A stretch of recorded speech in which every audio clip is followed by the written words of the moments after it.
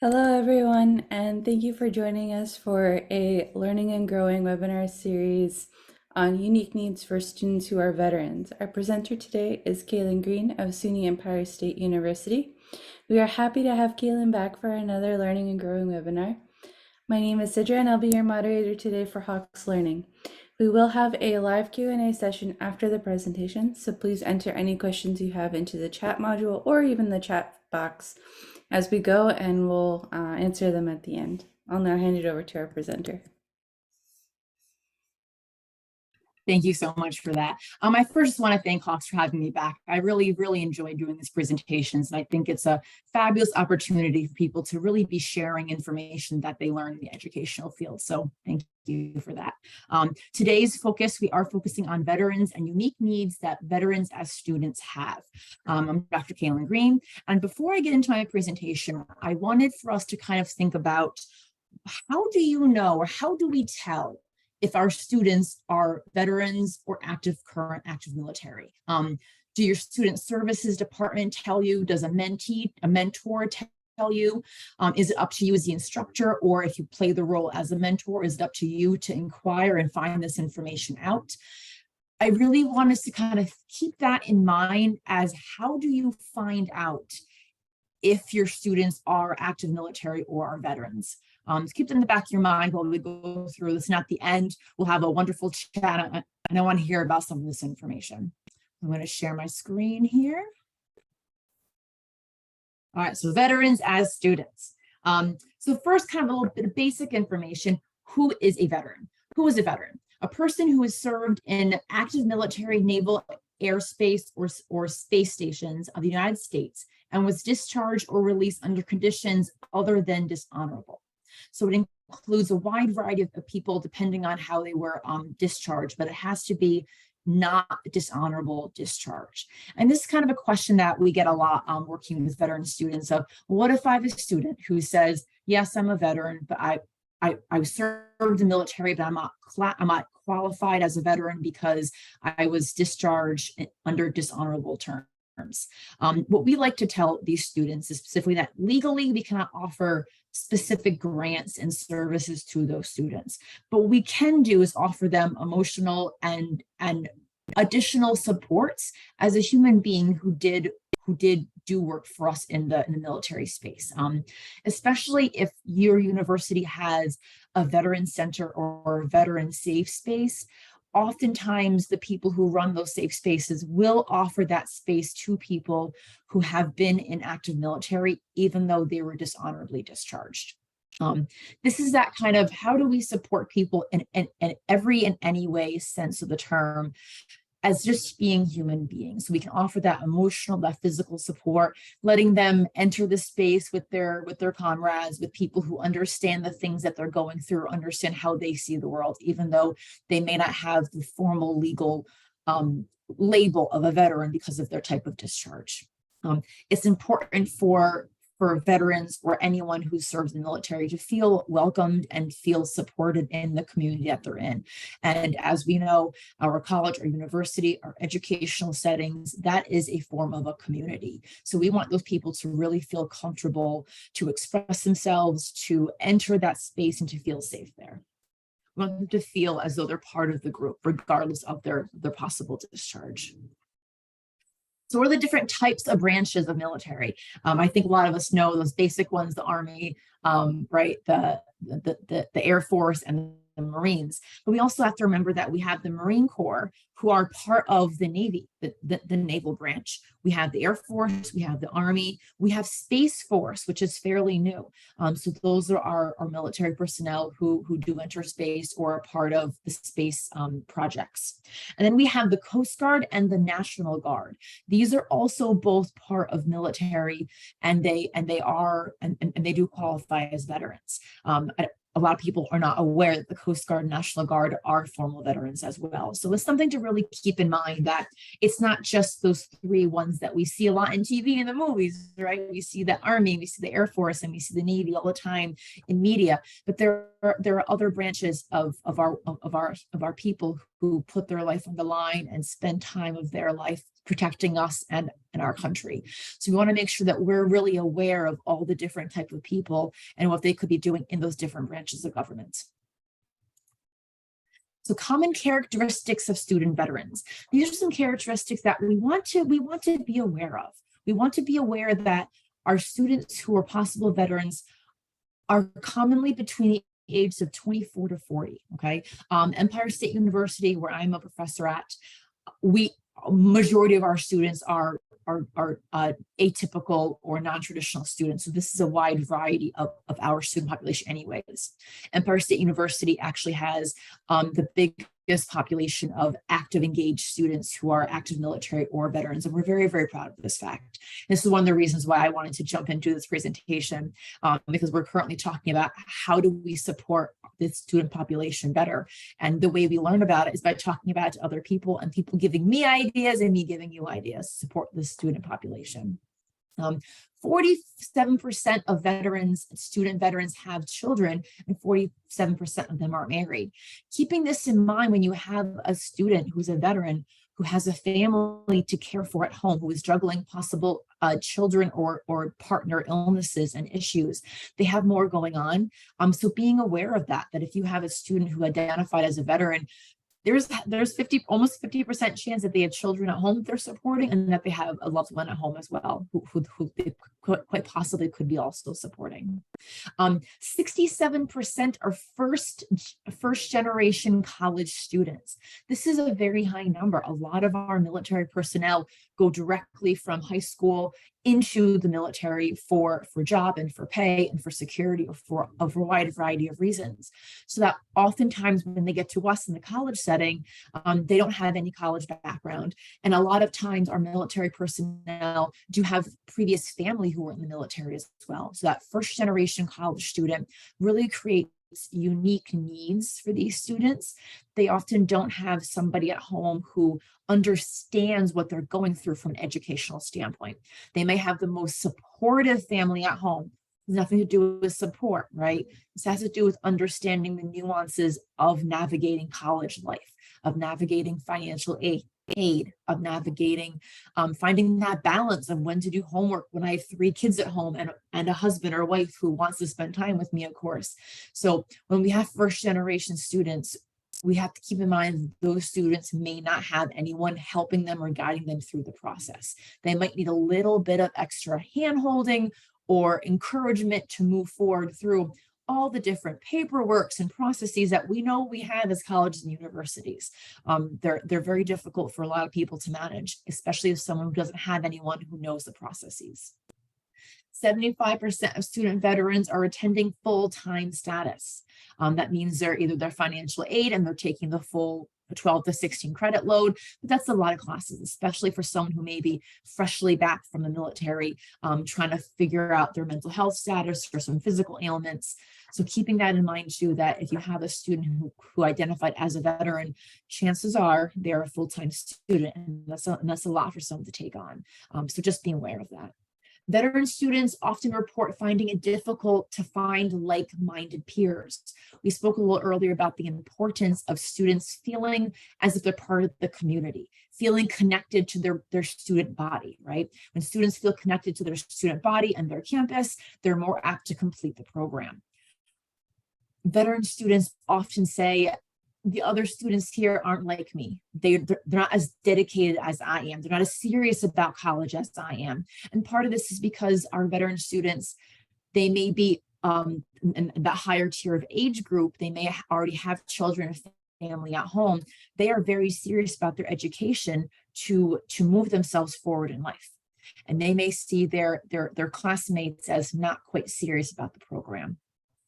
This can be very frustrating for a veteran who is dedicating a lot of time, full-time classes, trying to get through their degree, and they see their classmates kind of, joking off in the corner, or not taking the online discussion boards as seriously or intensely as they are. So talking to your student, if you know they're a veteran, about not everyone is in the same place, right? All students come to college with different goals in mind at different stages in their lives, and trying to remind those veteran students that not everyone is going to be at your level in this classroom. We have to respect that. all students come into education in their own personal level, and it's our job as the instructors, as the professors, to meet them where they're at. And while it's not their veteran student responsibility to do that, we can kindly remind them that not everyone's going to be at your level. Keep that in mind. Don't let it frustrate you. This is your education. Focus on your education and nothing else. That can be very, very helpful for a veteran student. Possible disabilities. This is a very interesting situation. So some common possible disabilities we see in our veteran students specifically can include muscular skeletal problems, okay? Lots of back pain, lots of problems sitting for long periods of time in a classroom. They may look like they're being antsy or fidgety to us if we're teaching a class, but really they may have a possible physical issue that's really causing them some intense pain or discomfort for sitting for an hour and a half or 3-hour lecture period. If we see that, as with any student, right, we should not jump to the first conclusion of, oh, they're just antsy or they can't sit still. Having a discussion with them, asking them privately, is there anything that I can do to help you be more comfortable throughout the class? I see you move around a lot in your seat. Would you like to stand up in the back of the classroom? Would that be helpful? When I was teaching in-person classes, I would offer this to students who identified as being kind of fidgety or uncomfortable in their seats especially those 3-hour lectures. And I would offer them this opportunity and they loved it. I cannot tell you how many students I would have who would sit in the back of the class for this purpose. And when they started feeling uncomfortable, they would simply stand up and they would stand in the back of the classroom. It wouldn't bother anyone else because they were already in the back of the classroom. But this gave that student the ability to move around on their feet a little bit, maybe a little bit of swaying, some self-soothing, just getting rid of that basic possible muscular or skeletal discomfort that they may be having. So those little things that they're not going to interrupt our teaching flow. They're not going to interrupt our students, other students in the classroom's ability to learn, but it's going to really encourage additional supports for that one student who really needs that. Other common, and there are, of course, a very wide variety of possible disabilities our veteran students come in with specifically. These are just kind of the top two that I know I see most frequently that I would like to share with everyone so they can kind of be aware of those as well. The other one is hearing issues or ringing in the ears. Okay, a lot of our veterans come back with hearing problems. So whether it's in-person class, they might be struggling to hear, they might have to ask for us to repeat ourselves, or if it's an online classroom, the videos that we post, we want to make sure they're always closed captioned. In general, as a disability accommodations, I always want to be aware of that, right? But specifically, if we know we have a veteran in the classroom, they may not have gone through the paperwork of having a disability accommodation for the ringing in their ears. They may just be seeing it as part of their new life back home, adjusting to non-military life and civilian life. So especially while we should always be having closed captions on any video that we post in an online classroom or in-person classroom, if we know we have a student who's identified as veterans, let's make that extra effort to make sure we have closed captionings just in case they have a hearing issue or ringing of the ears that comes and goes where they can't even track it, okay? Things that we can do just to better serve this population. So why do veterans enroll in higher education? They're part of the military. They have a track. Why are they taking college classes, right? Number one is to increase their career opportunities. And this is both for inside and outside of their military lives. If they're still active duty taking college level classes, they want to move up in rank. They want to move up and they want to better themselves. They want to make more money as you move up in rank. You have more responsibility, less dangerous situations possibly for their families. If you move up in rank, you have more choice in where you possibly get stationed. So there's a lot of things that come with an active military member when they move up in rank and get more responsibilities. And education, college is really that way for them to move up the ranks. As well as outside, they may be planning for their career after the military. Maybe they know they only have 1 year military left, or they're finished with military and now they need a civilian job. So college is how they move forward to earn that degree, to get a formal education in something that they may already be specialized in regarding the military, but they need that piece of paper, right? They need that formal bachelor's or associate's degree to be on the same level as other job applicants in the civilian field. So also understanding that a veteran may be taking a class that they may really be an expert in, but they have to take the class to check mark the box off. So being aware of that as well. They want to develop new skills. Many military personnel, veterans, active military, they're very passionate about what they do, and that's why they spend their time in the military. But they want to develop new skills. They want to learn more about whatever field they specialize in. They want to learn up to apply military skills in civilian life. Those skills and those tasks that they've been doing in the military field, on base, off base for years. Now they want to know, how do I use that same skill set for a job in the civilian world? So kind of applying those skill sets to their new civilian life. As moving into civilian life is very challenging in itself. And many don't understand that those military skills are true job skills in the civilian world, but they need to learn how to apply them properly. And then overall improving the quality of life for themselves and for their families. And we want to be there to support them in that process. So how do we offer educational support? What type of educational supports exist for our military veterans and personnel? Specifically, Empire State University, we have created formal partnerships with the Air Force, Army, Coast Guard, Navy, and U.S. Marine Corps so they can earn their degrees while in active duty.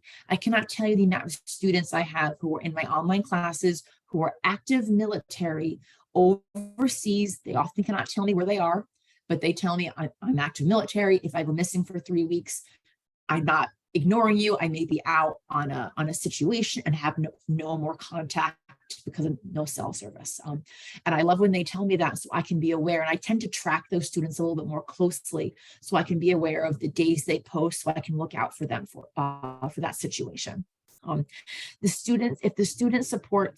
This supports students by making it easy for them to enroll and register in classes. We also have a wonderful specific veterans department, veteran students department, and this support those students through the registration process, through the choosing of classes process. One of the first questions that I ask all of my mentees, every student who's assigned to me as a mentee, is I ask where they live, what their phone number is, and are they a veteran? Okay. I want to know right up front, are they a veteran? I don't want it to tiptoe around it. I don't want it to be a kind of a weird question. It's a black and white question. Are you or are you not? If you are, I'm going to immediately connect you with our veteran service department. I can offer majority of the services that our specialized veteran service office offers, but I want that student to know specifically, we have a center designed especially for them, for those veteran services who are specialized in all the different types of services that not only Empire State University offers, but the government, federal grants, all that kind of fun stuff. So I want them to be connected to that specific office as soon as possible. And we have the GI Bill. This helps veterans pay for college, graduate school, and training programs for them and for their families. A lot of times veterans don't know that the GI Bill can also apply to their direct family members, and letting them know that so that they may be able to get their daughter or their son or their husband and their wife into college to help out with the family responsibilities as well. It's important to have someone on your campus or at your school that is an expert in navigating this system. This can be difficult and very confusing for our veterans. We want them to use these benefits. With any legal or government grant process, there's a lot that goes on to it. There's a lot of different steps. So when you have someone who is an expert in navigating that can really support someone in navigating the process so that they can utilize those resources. Other supports that may not be as formal as the GI Bill, but having a social media page that your college or university dedicates to veteran services. And this can be reminders of, have you checked in with your GI Bill? Are you up to date with the GI Bill is due this day? Especially Empire State University, we do this wonderful thing where we post daily about community events geared towards veterans. We want our veterans to get those discounts at different stores, to get those free admissions to community events because of their status. So we post these things on our social media page to alert our students who are veterans what they can take advantage of due to their level of service. And a lot of times, as we know with events and social media, if we don't see it, we don't know what goes on, right? So this is kind of our way of making this stuff more visible and trying to connect our veteran students more with the community that they live in, not just their educational community, but the community at their town, their city, their state in general. So emotional support, which is extremely important as well. We have the VetNet Ally program. The VetNet Ally program was created in Caltech in California. And this was a specific program designed to instruct and teach professors, other instructors, college personnel, how to best interact and learn about the veteran population. They do wonderful like meetings. They'll fly to other colleges and universities and teach people about how to best support veterans. So reaching out to the VetNet Ally program is a wonderful resource that you can incorporate into your school for yourself or for your colleagues. What can we do as professors? We want to be asking our students, if they're veterans, what can we do to support them? How can we help them with those type of things? And we also want to make sure that we're doing this kind of this stuff not in a public situation, right? We don't want to ask the whole class, hey, who's a veteran? Raise your hand. People feel very differently about their military service and commitments. So we might want to ask, hi, first day of class, if anyone here is a veteran and would like to let me know, after class, you please feel free to come up and let me know. I would like to be able to support you and see how I can meet you with some resources or needs that can help you become a better student. So letting the entire student body know that we support our veterans. If they come up and let us know, we will support them in any way possible. And then what can we encourage our student body to do? Let your students know that they may have a veteran next to them, right? So we want to make sure we're always being respectful, we're being serious, we're being kind to the people around us. Oftentimes veterans feel wary about going to school, again, because they don't feel that their classmates are as serious as they are. So we want to make sure that our students understand and respect that they may very well have a veteran sitting right next to them throughout a class or being in the same online classroom with them. We want to thank our veterans for their service. I was very lucky enough to participate in one of the VetNet Ally presentations, and it was a very interesting point when they brought up the fact of, someone's a veteran and we automatically thank you for your service. It was a very, very interesting concept of the VetNet Ally program telling us not every veteran wants to be thanked for their service. Not every veteran is happy with their time in the service, to be quite honest. And what they suggested, and it's just a suggestion, right? I like to offer things out there and people choose what makes them comfortable. But one of the suggestions from the VetNet Ally program was instead ask them, would you do it again? And if they say absolutely, you can then thank them for their service, right? You've then concluded that they would do that service again. They were comfortable with it. They were happy with the outcome in some way, shape, or form. And now you're thanking them for that time. They may say no. And in that sense, you can thank them for their sacrifice. Well, thank you for the time that you did spend, okay? But being respectful of how our veterans feel about the time that they spent, whether it be abroad, whether it be at home doing, all the different tasks that they have. We want to be respectful of how our veterans feel about their time and not assuming something, right? And I know it's so automatic for us to, well, thank you for your service. Just putting that a little bit into perspective of if we were not happy with our service, would we want to be thanked for it, right? So thinking about how do we best respect and offer that in the best way possible for our veteran students. So closing remarks, some things that before I get into asking all you, if you have any questions or talking about how we can best support, I spoke to two veteran students and I asked them, is there anything that they would want me to share in this presentation? Anything specific that they want me to put out in the world on their behalf or as veteran students all together? And one that really, really stuck with me was a veteran asked, he told me, I go to in-person classes. First, I'm in a predominantly female dominant field, and he identifies as, he's a man, identifies as a male. And he said, I'm already a little bit uncomfortable in the classroom because I'm the only male in the entire classroom for my studies. And I prefer to sit in the back. And I prefer to sit in the back because I've been trained for spatial awareness, for always being aware of what's going on as much as I possibly can, right? I can't look in the eyes behind me. I want to be able to see as much as I possibly can. So I prefer to sit in the back. I choose this in restaurants quite often. I choose this in my classrooms. I choose at events. I like to sit in the back so I can have the most visual spatial awareness of what's going on around me.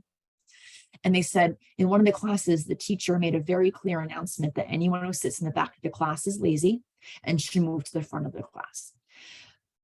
The specific veteran stopped attending that class for that specific reason. They felt very unwelcomed, uncomfortable, but by being told that what they were trained to do by sitting in the back and being aware, being spatially aware of their surroundings, was being seen as lazy in the eyes of that professor. So I want us to really think about what we're saying to students and what that could mean, especially if we don't know someone is a veteran. Okay, so being aware of how we can best support as positive as possible. Maybe a better approach to that would have been to speaking to that student later on and saying, hey, I see you sitting in the back of the class. I often see students struggle when they sit in the back of the class because they're not able to fully engage in the class. Is there a reason why you choose to sit in the back row when our class is very small and there's plenty of open seats available up front? This veteran would have easily said, yes, I'm actually a veteran. I prefer to sit in the back because I've been trained to do that for safety reasons. So being aware of asking questions, right? Asking these questions for our students and not making assumptions. So before we go into open, our little open Q&A, I want to kind of throw these out there first. Who wants to share something that they have done to support a student who is active military or veteran? What questions do we have that we can share information with here? And then what can you do in general to better support this unique population of students? And you may not have an answer right away, but if something pops into your head, even if it's very rudimentary or very basic and you're kind of brainstorming right now on the tip of your tongue, please feel free to share this. This is how we build on these ideas so that we can help each other better support this very unique population of students. I'm going to stop sharing my screen and we'll open it up for our Q&A.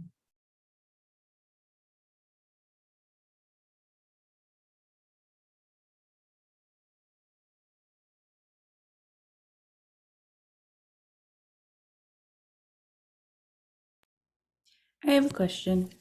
Please. How would you handle a student's request that you can't necessarily accommodate? Great question. So my first response would be I would want to talk to that student about what needs they have and what they see as the best solution. Maybe the student has had this situation in the past and they already have a solution for that. If I could not personally create this ideal situation or solution for the student, I would reach out to our disability accommodations and our veterans office specifically. I would connect all the resources I have as much as possible to see what can we do for the specific student. Even though we may not be able to give the exact solution the student has in mind, it's always good practice to be brainstorming these things because the solution the student has in mind may be ideal, but we may be able to offer something else similar that the student didn't even think of. So we definitely want to be able to we want to be able to be reaching out to our resources, internal resources, as well as external resources, right? If we have colleagues at different universities, ask them, what would you do in this case? What does your university or college offer as support for this specific situation? But by brainstorming and talking about it, that's how we get answers. We should never be scared to talk and brainstorm situations like that, especially when it's for students who know what they need and are brave enough to ask for that support. Thank you.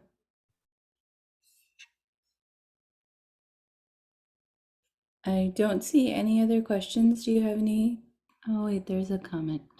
Someone mentioned that they had a veteran who was uncomfortable on campus because he felt vulnerable because he was used to feeling like he could defend himself. And the conversation guns came up. I asked if he knew our campus allowed concealed carry. He just assumed that it wasn't allowed. The next time I saw him in class, he seemed relaxed and better able to engage in class. at the end of class, he smiled and said, "I got your back." And that's a perfect example of how, if we just talk to these students, we can really learn what's making them uncomfortable. And 9 times out of 10, there's a solution that already exists, but no one's talking about it, right? It's a very unique solution. And thank you, Heidi Shaw, for sharing that. It's a great example of how we can really support these students.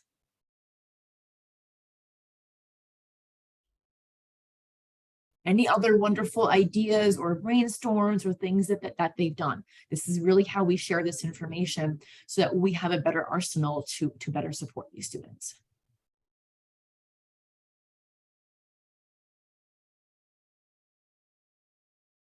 Honor coin ceremonies are great. Anything that we can really do to offer extra recognition to those veteran students who choose to be identified as veterans. Absolutely. Yeah.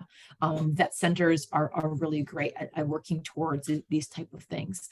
But incorporating them into whatever class we teach, telling our class, even though it's nothing to do with veterans, perhaps we tell our class, hey, 2 o'clock today, our fabulous vet center, they're going to be doing an honor coin ceremony. If you have lunch, if you have an hour that, during that time, go over and visit them, show our veteran students additional support. But letting our student body know of these things so that classmates and students who are not veterans know of the support that we're trying to offer those veteran students, and let them offer that support as well. You'd be surprised how many students want to offer their veteran colleagues supports, but don't know how to or don't know where to start.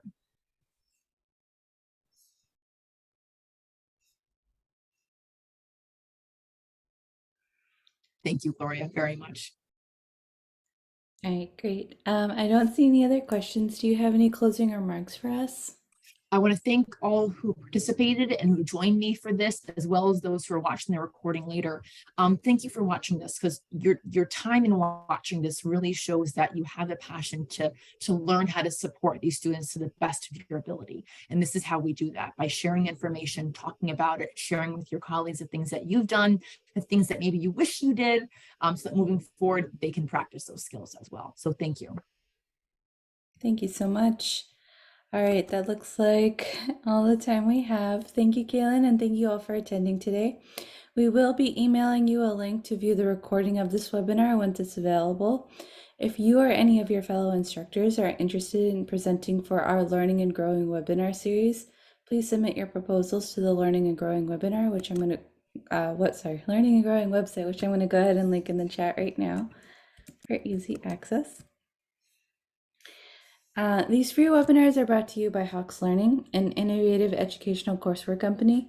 To learn more about our mastery-based course materials and how Hawks can enhance learning outcomes for you and your students, please visit hawkslearning.com. And I hope everyone has a great rest of your day, and thank you all for attending.